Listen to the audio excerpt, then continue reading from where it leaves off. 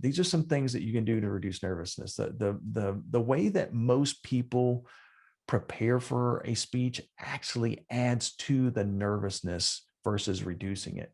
And I'll give you a few common things that often occur that people do to try to fix nervousness or reduce nervousness that actually cause it. So like, for instance, one of the first things that people will start to do when they're preparing a presentation is they kind of start by designing their PowerPoint slideshow or their visual aids first.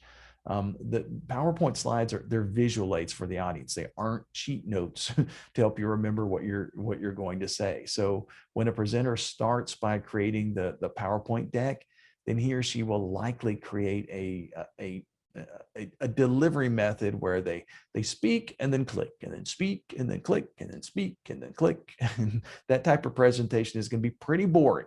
And so basically the presenter is using the slides as almost like a cue card. They're not really designed in that instance to help the audience. They're more of a crutch for the presenter. And by the way, once that the speech starts to go poorly, once you begin to deliver that way and the disconnect occurs with the audience, then your nervousness is actually going to grow even more. So just preparing that way, that simple thing that people do to try to reduce nervousness actually ends up intensifying the nervousness, and it can be a big challenge. Like for instance, in our classes, when folks come to us for help in this, we basically get them to prepare what they want to say first, design their presentation, organize your speech first, and then at the end of the class, then we help them design visual aids. And that's a much better way to do it. It's an easier way to do it, by the way. It takes a whole lot less time, and you're going to be much more comfortable delivering your presentation if you kind of do it that way. The second thing that is really important that folks try to do to reduce nervousness is they try to memorize the entire speech. For some reason, this is kind of what people are taught when they're in high school, especially in colleges, is that you have to write your presentation word for word and then try to memorize this thing.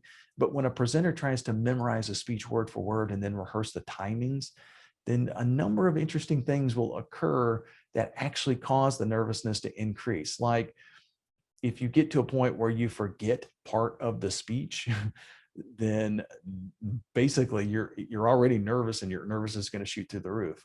Another thing that will tend to happen when you try to memorize a speech is that you don't want to forget anything. So we tend to speak more quickly, and we kind of run through the material in a really fast pace. Or sometimes, we kind of know that we're doing that, so we purposefully try to slow down our speech so that so that we're getting the right time frame down, that kind of thing. Not to mention just the time and the effort that it takes to memorize a speech. I mean, all those things are kind of negative, but the frustration will often set in, and the confidence of the presenter can really be harmed when any of those negative things happen from memorizing a speech.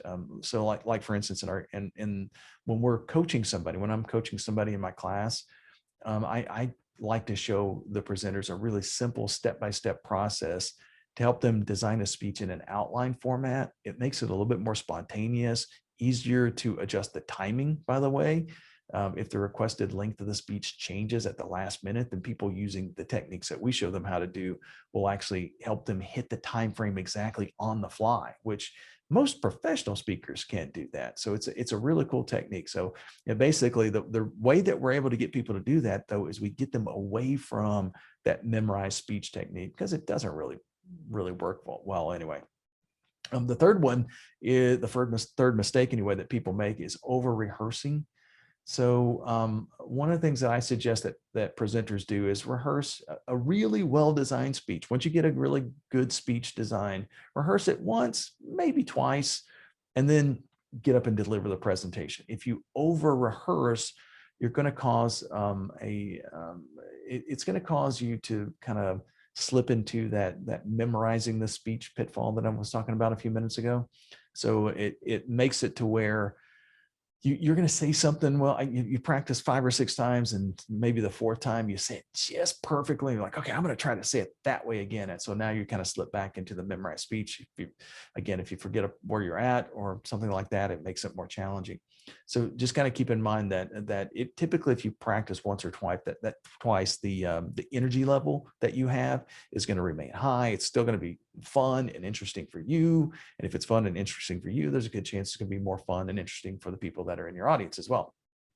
The next mistake that people make is they tend to rely too heavily on their notes. A lot of times presenters will often feel more comfortable, at least initially, if they have the crutch of prepared notes in front of them. They won't have the notes kind of sitting up so that they can kind of look at them. However, if you keep in mind that public speaking is communication between the speaker and the audience, it's as if you were speaking to somebody one-on-one. There's just more people that you're speaking to. So when the speaker's attention is constantly being diverted to the notes that's sitting in front of you, then that connection, that rapport that you have with the audience is broken. The person standing up in front of the group will lose eye contact, and when he or she kind of looks down at the notes, and then the audience reaction will be a little bit more sedate as well, because when they kind of look up, now all of a sudden they're making eye contact with their audience for the first time, and could be 10, 15, 20 seconds or something like that. And if the first person that they see is kind of zoned out or something, and it could happen very easily if you're kind of reading from your notes or referring to your notes, then all of a sudden now we're like, oh my God, something's not working, and then the panic can set in. So it just makes the speaker more nervous in that type of situation. So basically that nervousness will begin to show in your body language as well. And when that happens, the whole process is kind of a negative reinforcing cycle. Basically, by starting with something that you think is going to reduce nervousness, it causes more nervousness to occur. And then you continue to do that thing, and then more nervousness occurs. And then you do it more, and then more nervousness occurs, right? So it creates a negative reinforcing cycle that can be really challenging to overcome. Now, the last one that I'm going to talk about, the big mistake, this is one that you wouldn't really think of.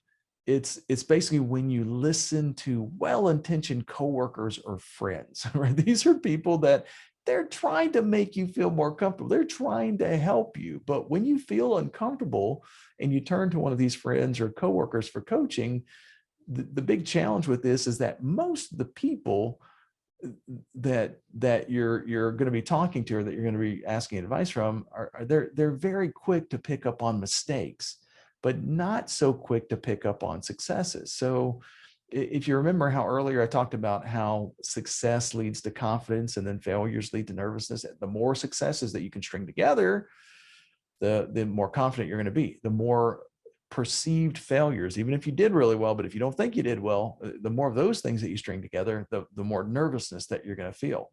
Well, our friends and coworkers will often tell us about the mistakes, so that we can correct them. They're trying to be nice. They're trying to be helpful. So, oh yeah, you said 15 times or whatever it is, right? So they'll kind of point out something that you did that wasn't ideal, even if you did well, by the way, because they feel like it's their duty, if you did really well, to kind of point out something that you can improve on, because that's why you asked them. Otherwise you wouldn't have asked them to listen to you, right? So basically what ends up is we end up this session, this practice session, with a series of perceived failures, right? So even if they only mentioned 1 or 2 or 3, then we just got up to speak. And then at the end of speaking, instead of feeling really good about what we did, we've now been hit with at least a couple of areas of improvement or failures. And so the more of those failures that you string together in a row, the more nervous that you're going to be. So the next time that we stand up to speak, if we catch ourselves doing some of those things that our well-intended coworker told us about, then all of a sudden that panic or that nervousness will actually kick in. So for instance, a really good public speaking coach, they're trained to help the presenter do a really good job the first time and then build on the success, right? So like, for instance, when we coach people, we don't give them a technique and then have them get up and fail and then tell them how to improve it. What we do is we're coaching them to make sure that they do it right the first time. When they do it right the first time, then we tell them, hey, good, you did it perfectly. That's exactly right. We know that they did it perfectly because we coached them to, right? We helped them get there. We didn't just leave them to their own their own devices in order to create that success. Basically, we helped make it happen.